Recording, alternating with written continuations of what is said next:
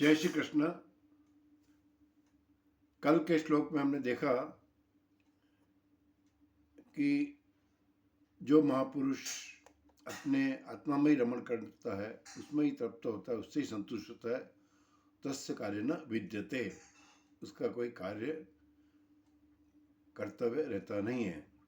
इसी बात को आगे स्पष्ट करने के लिए श्लोक नंबर 18 में भगवान कह रहे हैं, नैव तस्य कृतेनार्थो न कृतेनेह कश्चन न चास्य सर्वभूतेषु कश्चिदर्थव्यपाश्रयः न एव तस्य कृतेन अर्थः न अकृतेन इह कश्चन न च अस्य सर्वभूतेषु कश्चित् अर्थ व्यपाश्रय।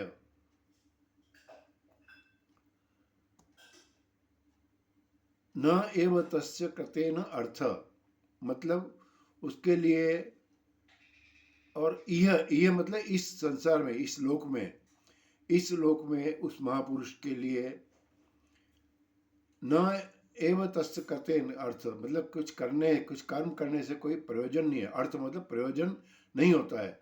और न अकृतेन ये कश्चन, और कर्म न करने से भी कोई प्रयोजन नहीं होता है। जो अर्थ है दोनों में जुड़ जाएगा, करने से भी अर्थ में जुड़ेगा, न करते न अर्थ कश्चन, तो उसका कर्म न करने से भी कोई प्रयोजन, अर्थ का मतलब प्रयोजन नहीं है। न च अस्य सर्वभूतेषु, और इस महापुरुष का सभी प्राणियों से कश्चित अर्थ व्यपाश्रय, मतलब किसी भी तरह का स्वार्थ का संबंध किंचिन मात्र भी इसका स्वार्थ का संबंध नहीं रहता है। अब आप देखिए, मनुष्य कर्म क्यों करता है? मनुष्य कुछ अपनी कामना की पूर्ति के लिए कर्म करता है। तो संसारी लोग तो अपनी कामना की पूर्ति के लिए कर्म करते हैं, और जो ये महापुरुष जो होते हैं, उनकी अपनी कामना होती नहीं है, अपने लिए कोई स्वार्थ होता नहीं है, वो दूसरों के हित के लिए कर्म करते हैं। इसलिए उनका कर्म करने से का कोई प्रयोजन नहीं होता है। वो स्वतः ही कर्म करते हैं, अपना कर्तव्य कर्म, लेकिन उनका कोई अपना प्रयोजन नहीं होता है कि ये कर्म करूँगा तो मुझे ये प्राप्ति होगी, ये होगा। उनकी कोई प्राप्ति की इच्छा ही नहीं है, इसलिए वो उनका कर्म करने से कोई प्रयोजन नहीं है, ये बता रहे हैं। तो कर्मयोगी जो है वो कर्म करता है, वो कामना की निवृत्ति के लिए करता है, और जो संसारी है वो कामना की पूर्ति के लिए कर्म करता है। और न करते नहीं कश्चन, और हम कर्म नहीं करते हैं तो क्यों नहीं करते हैं? क्योंकि हमारे काया को अगर कष्ट होगा या इस कर्म करने से हमें कोई नुकसान होगा, ऐसा कुछ होगा, तो हम कर्म नहीं करते हैं। तो लेकिन इसलिए आलस आती है, प्रमाद होता है, तो कर्म करने से बचते हैं। तो ये जो महापुरुष जो होते हैं, वो उनमें तो तामसिक गुण होता ही नहीं है, वो तो सात्विक गुण से ही ऊपर उठ गए होते हैं। इसलिए उनके कभी आलस प्रमाद नहीं होता। उनके जो कर्म होते हैं स्वतः होते हैं, इसलिए उनका कर्म न करने का भी कोई प्रयोजन नहीं होता है।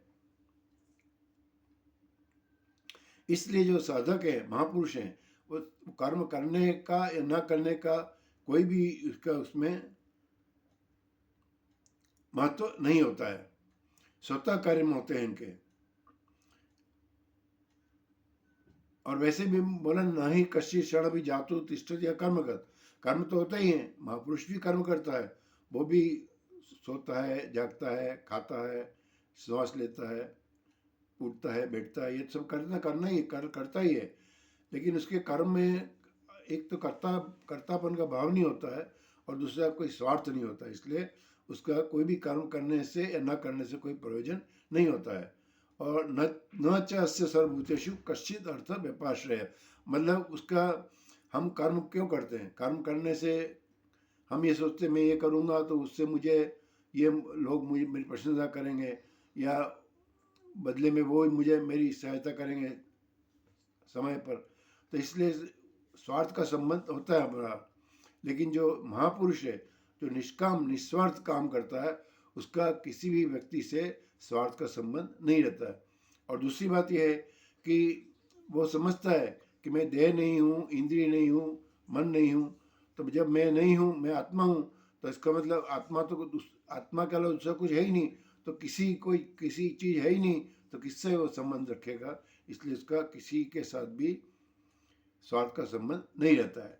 तो इस श्लोक में, पिछले श्लोक में बताया था कि तस्य कार्य न विद्यते, तो इस श्लोक में भगवान ने 3 बात बताई कि महापुरुष का कर्म करने से कोई प्रयोजन नहीं रहता है, कर्म न करने से कोई प्रयोजन नहीं रहता है, और उसका किसी भी प्राणी से स्वार्थ का संबंध भी नहीं रहता है। जय श्री कृष्ण।